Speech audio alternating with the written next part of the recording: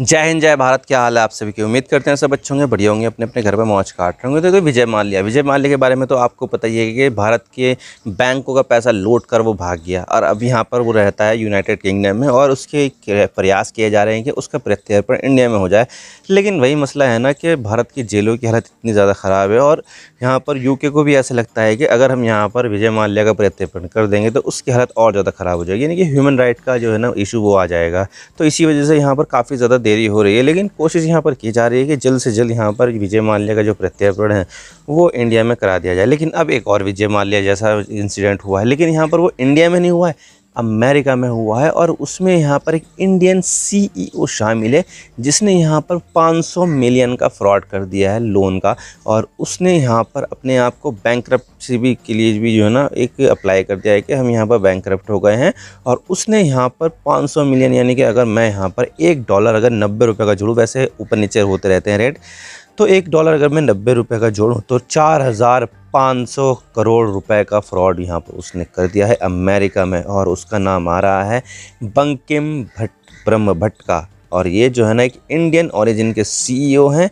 CEO क्या कहले फर्जी कंपनियां उन्होंने बनाई थी और उसके आधार पर यहाँ पर उसने लोन ले लिया और फिर बाद में यहाँ पर जब पता चला तो वो जो है ना बस ऐसा उसने कर दिया, बैंकरप्सी के लिए घोषित कर दिया अपने आप को, भाई हम तो यहाँ पर बैंकरप्ट हो गए हैं। तो वो यहाँ पर एक मामला सामने आया है जिसकी वजह से यहाँ पर एक काफ़ी ज़्यादा जो है ना एक फाइनेंशियल मार्केट में थोड़ी सी बहुत यहाँ पर बेचैनी सी दिखाई दे रही है अमेरिका में। तो क्या है ये पूरा मामला, किस तरह से यहाँ पर ये अनफोल्ड हुआ है, कैसे दुनिया के सामने आया है, सब बात करते हैं। लेकिन उससे पहले आप चैनल पर नए हो ना, सब्सक्राइब जरूर कर देना। आपके एक सब्सक्रिप्शन से हमारे कंटेंट बनाने की मोटिवेशन मिलती है। आप क्या सोचते हो, क्या यहाँ पर इस तरह की जो चीज़ें हो रही है उसको यहाँ पर नकेल करने की ज़रूरत है, या फिर इंडिया यहाँ पर क्या कर सकता है? क्या यहाँ पर इंडिया को ऐसे लोगों को बुला लेना चाहिए या अमेरिका में छोड़ देना चाहिए कि भाई तुम्हारा कानून का वायलेशन क्या है, तुम इसको जेलो? कमेंट सेक्शन में जरूर बताइएगा। तो चलो शुरू कर दो।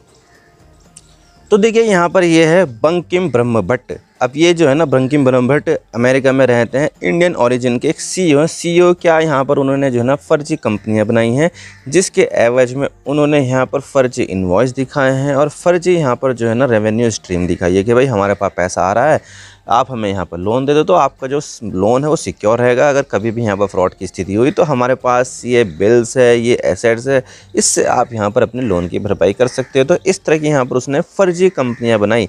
अब आपने नाम सुना होगा ब्लैक रॉक का नाम यहाँ पर आपने सुना होगा पनामा कैनाल के केस में भी, कि पनामा कैनाल की कुछ हिस्सेदारी यहाँ पर ब्लैक रॉक भी यहाँ पर ख़रीदना चाहता है। तो यहाँ पर ये सब चीज़ें जो है ना ब्लैक रॉक से भी कहीं ना कहीं जो है ना जुड़ी हुई है, और BNP पारिबास एक फ्रांस का जो एक फाइनेंशियल इंस्टीट्यूट है उससे भी यहाँ पर कहीं ना कहीं जुड़ी हुई है, क्योंकि यहाँ पर दो कंपनियों की इन्वॉल्वमेंट है कि एक तो यहाँ पर ब्लैक रॉक आधी जो लोन है वो यहाँ पर दिया है ब्लैक रॉक ने, और आधा जो लोन है वो BNP पारिबास ने दिया। लेकिन BNP पारिबास ने यहाँ पर जो है ना इसी को एसोसिएट कर दिया था ब्लैक रॉक को कि भाई आप यहाँ पर इसको जो है ना मैनेज कर सकते हो। तो यहाँ पर देखा जाए तो ये ब्लैक रॉक जो कंपनी है वो यहाँ पर पूरी तरह से इन्वॉल्व है, और फ्रांस की जो कंपनी है वो उन्होंने यहाँ पर जो है ना एक कंसोर्टियम बनाकर कंपनियों को यहाँ पर जो है ना लोन देते हैं ये। और इसी तरह से यहाँ पर ब्रह्म भट्ट की कंपनी जो थी ब्रिज कुछ ऐसे यहाँ पर नाम है, 4-5 कंपनियां हैं, वो यहाँ पर उन्होंने फर्जी तरीके से बनाई कि हम यहाँ पर टेलीकम्युनिकेशन का काम भी करते हैं, हम यहाँ पर जो है ना ब्रॉडबैंड का काम भी करते हैं, हम ये काम करते हैं, हम यहाँ पर सर्विसेज प्रोवाइड करते हैं जो टेलीकॉम कंपनी है। अब देखिए हमारे यहाँ इंडिया में क्या होता है कि टेलीकॉम कंपनी होती है ना, वो एक कंपनी नहीं होती, उनके अलग अलग डिवीज़न होते हैं, जैसे कि टावर का अलग डिवीज़न, नेटवर्किंग का अलग डिवीज़न, सेल्स का अलग डिवीज़न, ऐसे ऐसे होता है। तो उसने भी यहाँ पर एक अलग कंपनी बनाई कि हम यहाँ पर इस कंपनी को सप्लाई करने के लिए ये काम कर लेंगे, ये कर लेंगे, और उसके एवज में यहाँ पर जो है ना हम अपना बिजनेस करते रहेंगे। तो बंकिम ब्रह्म भट्ट ने यहाँ पर ऐसा करने की कोशिश की। अब देखिए ये जो कोशिश की और ये जो अब किया उसने यहाँ पर किया है सन 2000 से लेकर, जब कोविड का दौर चल रहा था तो भाई यहाँ पर मार्केट पूरी तरह से क्रैश हो गया था और कुछ नई कंपनी भी आ रही थी तो वो यहाँ पर चल नहीं रही थी। लेकिन यहाँ पर उसने ऐसी स्थिति बना ली कि हाँ यहाँ पर जो है ना चीज़ें कर सकते हैं और यहाँ पर लोगों को लूट सकते हैं, लोगों को नहीं, यहाँ पर मतलब फाइनेंशियल इंस्टीट्यूट को लूट सकते हैं और लोन यहाँ पर ले लेते हैं। अब भरे ना भरे इससे हमें क्या मतलब है। तो उसने यहाँ पर बनाई कोविड के दौरान यहाँ पर कंपनियाँ बनाई, अपनी फर्जी कंपनियाँ बनाई और फर्जी इन्वॉइसेस बनाए, फर्जी बिल बनाए और फर्जी एसेट्स यहाँ पर कागज़ों में दिखा दिए गए भाई ऐसे ऐसे चीज़ें हैं यहाँ पर। और यहाँ पर जब वो लोन लेने के लिए जाते थे तो यहाँ पर वो जो चीज़ें दिखती थी उस कंपनियों को वो असली दिखती थी और सारी की सारी उन चीज़ें उनको ओके दिखती थी और उसके बदले में यहाँ पर उनको लोन मिल जाता था। तो देखिए ब्लैक रॉक जो कंपनी है उसको यहाँ पर कभी ऐसा लगा ही नहीं जब लोन दे रहे थे वो, लेकिन फिर बाद में यहाँ पर वो पता चल गया। अब देखिए उन्हीं में से एक कंपनी थी एचपीएस। तो एचपीएस के कुछ एम्प्लॉय थे, वो यहाँ पर अपने ईमेल्स चेक कर रहे थे कि देख तो लूँ कि यहाँ पर इनकी जो कम्युनिकेशन चल रही है लोन से रिगार्डिंग, उसमें यहाँ पर क्या क्या चीज़ें हैं। तो वो अपने कम्युनिकेशन के मेल्स देख रहे थे, तो उसके ही एक एम्प्लॉय है एचपीएस का, उन्होंने यहाँ पर चेक किया कि यार एक जो कस्टमर्स है कैरियॉक्स, उसके साथ में यहाँ पर कुछ इनकंसिस्टेंसी है, यानी कि यहाँ पर जो है ना वो गलत तरीके से ईमेल आ रहे हैं और यहाँ पर कुछ ना कुछ यहाँ पर जो है ना गड़बड़ नज़र आ रही है। तो उसने यहाँ पर देखा, अच्छा जी ये जो कैरियॉक्स कंपनी है इसमें यहाँ पर प्रॉब्लम है, और ये जो कैरियॉक्स कंपनी थी वो यहाँ पर बंकिम ब्रह्मभट्ट की ही थी। तो ये जो देखा और उसके बाद यहाँ पर उन्होंने सोचा कि यार इसके जो ऑफिस है उस पर विज़िट करते हैं कि क्या होता है। तो उन्होंने यहाँ पर उनके ऑफिस में विज़िट किया, देखा कि यार यहाँ तो देख लेते हैं कि क्या है। तो वहाँ पर विज़िट किया तो वहाँ पर पता चला कि ऐसा कोई ऑफिस एग्जिस्ट ही नहीं करता। उन्होंने सोचा कि अच्छा ठीक है अभी चलो ताला लगा होगा, फिर बाद में देख लेते हैं कि एक दो बार और विज़िट करके कि यहाँ पर क्या क्या चल रहा है। तो उन्होंने मल्टीपल अटैम्प्ट किए, लेकिन फिर भी यहाँ पर उनको कुछ भी हासिल नहीं हुआ। और उनका जो रेजिडेंस था वहाँ पर भी देखा, वहाँ पर जो है ना कई सारी रास्ते में कई सारी गाड़ियाँ पार्क है, लेकिन यहाँ पर वहाँ पर रेजिडेंस भी यहाँ पर फर्जी नज़र आया। तो तब यहाँ पर पता चला कि अच्छा जी हमारे साथ तो ये बहुत बड़ा तगड़ा वाला फ्रॉड हो गया है। यानी कि जिस बेसिस पर यहाँ पर लोन लिया गया, रजिस्टर्ड एड्रेस पर लिया गया, वहाँ पर रजिस्टर्ड एड्रेस पे तो कोई है ही नहीं, कोई ऑफिस ही नहीं है। और साथ ही यहाँ पर जो रेजिडेंस एड्रेस दिया गया था उस रेजिडेंस में भी यहाँ पर कोई रिलेटेड पर्सन है ही नहीं। तो उनको तब एहसास हुआ कि अच्छा जी हमारे साथ तो बहुत बड़ा फ्रॉड हो गया है। और तब तक 500 मिलियन का लोन यहाँ पर सैंक्शंस हो चुका था।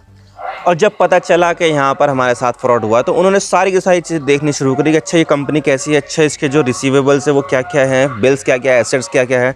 तो उनको यहाँ पर आइडिया हो गया कि सारी की सारी चीज़ें यहाँ पर फर्जी है, कोई ऐसा बिल नहीं है, कोई यहाँ पर उनके पास एसेट्स नहीं है, कंपनियाँ जो चल रही थी वो पेपर पर चल रही थी, इनका कोई भी कस्टमर्स नहीं है। यानी कि यहाँ पर जो है ना उन्होंने फर्जी कंपनी के आधार पर लोन का घपला कर दिया, लोन का घोटाला कर दिया 500 मिलियन का, यानी कि 4500 करोड़ का एक बहुत ही तगड़ी अमाउंट है भाई ये। और इसका यहाँ पर घोटाला सामने निकल कर आया और इसमें यहाँ पर सबसे इम्पोर्टेंट नाम उस कंपनी के CEO बंकिम ब्रह्मभट्ट जो इंडियन ओरिजिन के हैं उनके ऊपर आ गया कि भाई इसने यहाँ पर हमारे साथ फ्रॉड किया है। अब देखिए जैसे ही यहाँ पर ये जो चीज़ें सामने निकल कर आई तो तभी यहाँ पर बंकिम ब्रह्मभट्ट ने अपने आप को पर्सनली अपने आप को बैंकरप्ट घोषित कर दिया और साथ ही यहाँ पर अपनी कंपनियों को भी बैंकरप्ट के लिए यहाँ पर फाइल कर दिया कि भाई हम यहाँ पर बैंकरप्ट हो चुके हैं, हमारे ऊपर लायबिलिटी हमारे एसेट से ज़्यादा हो चुकी है और हम यहाँ पर जो है ना इसका भुगतान नहीं कर सकते हैं। और इसके अलावा यहाँ पर इन्वेस्टमेंट में ये भी रिवील हुआ है कि यहाँ पर फ़ंड का जो है ना मिसयूज़ भी किया गया, यानी कि ये जो फ़ंड लोन के लिए लिया गया था, लोन के तौर पर लिया गया था, उसको यहाँ पर कई सारी जगह पर जो है ना डाइवर्ट किया गया, जैसे कि इंडिया में भेजा गया, मॉरिशस में भेजा गया और कई सारे दूसरे देशों में भी यहाँ पर भेजा गया है।